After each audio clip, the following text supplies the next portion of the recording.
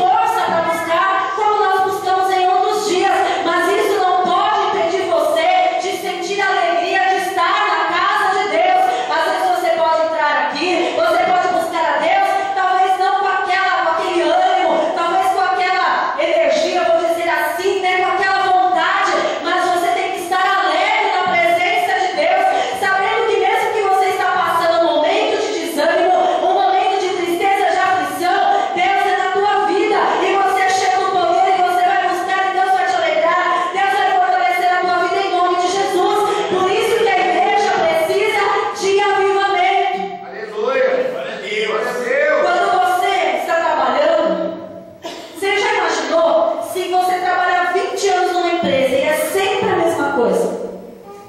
Você não tem um aumento, você não tem uma promoção, você não tem um incentivo de nada. Aquilo vai te fazendo parar, desanimar. Então aí o que você tem que fazer? Você tem que se reciclar, você tem que buscar fazer cursos, você tem que de repente mudar de área, alguma atitude você tem que tomar para que você saia daquela condição. Tem pessoas que falam assim, mas eu ganho tão pouco, mas eu não saio disso. Mas você tem procurado melhorar, você tem procurado algum curso, você tem procurado, né, estar de acordo com o que o mercado está pedindo. E assim é na igreja, irmãos, né? Se você vê que você está vindo, mas aí você vem de manhã no domingo, mas aquilo não é suficiente ainda, você precisa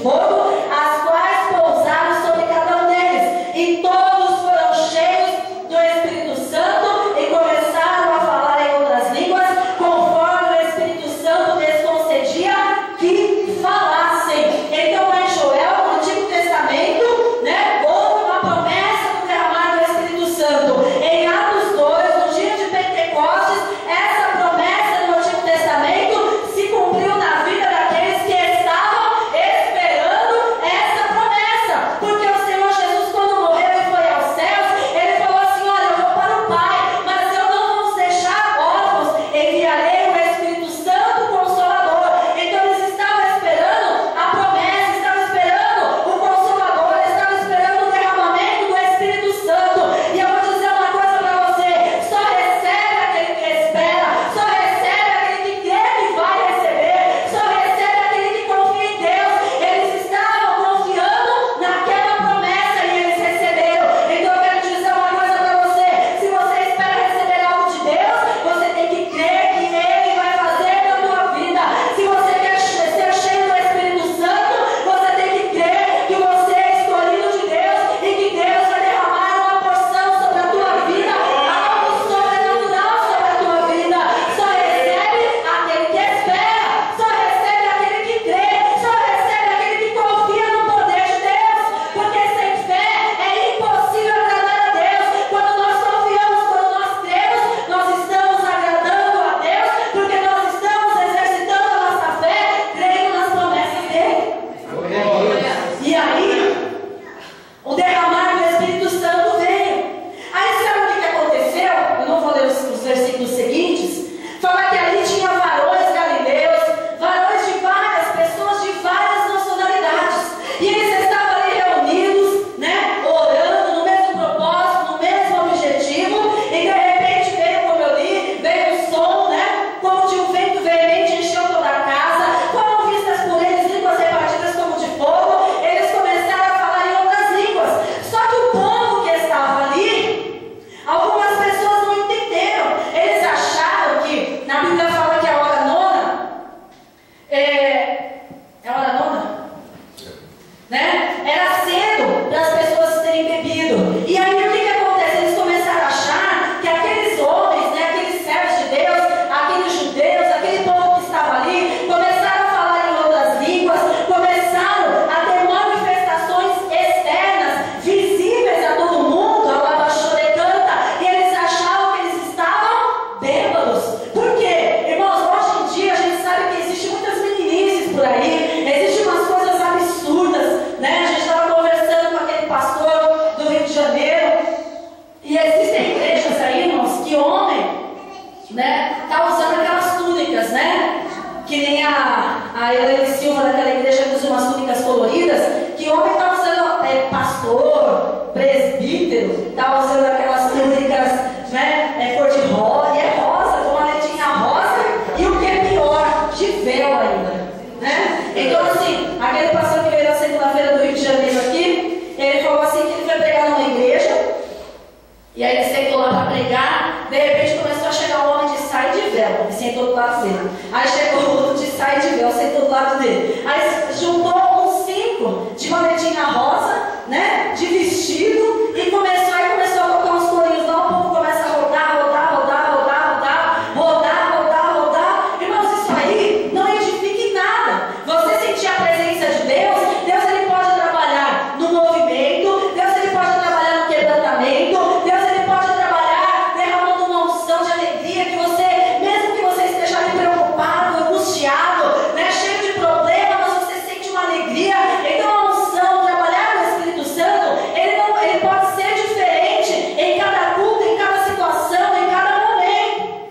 E aí nós vemos que quando aqueles homens, né, começaram ali a ter a manifestação do Espírito Santo de Deus, aqueles que não entendiam isso, eles começaram a falar: olha, a essa hora do dia, eles já estão cheios de vinho, eles estão cheios de moço, eles estão bêbados, né? Quando Pedro, que estava lá também, Pedro se levanta, e Pedro começa a falar, começa a fazer o seu discurso. E aí é onde eu quero falar para vocês, que quando nós temos o Espírito Santo de Deus, assim como aconteceu na vida de Pedro, né, que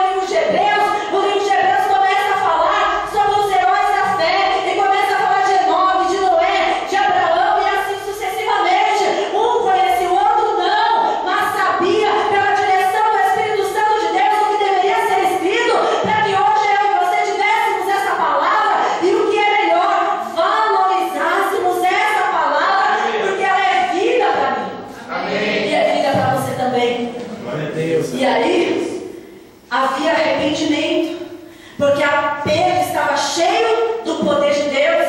Aquela unção havia sido derramada sobre todos eles, mas Pedro se levantou e houve arrependimento. Pedro não teve medo de falar para eles: ó, sabe o que vocês têm que fazer? Se arrepender dos seus pecados. Se arrependa dos seus pecados, para que você aceite e receba Jesus no teu coração, e para que Ele também te dê dons espirituais, ou o dom do Espírito Santo. Mas no versículo 40 nós vamos ver que a unção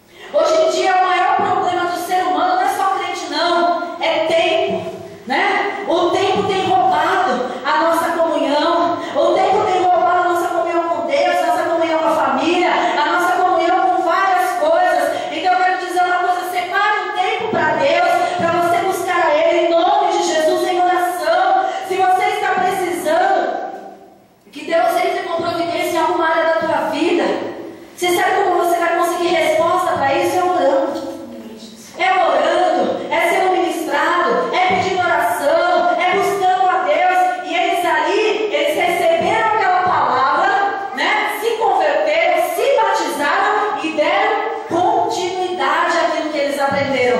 No versículo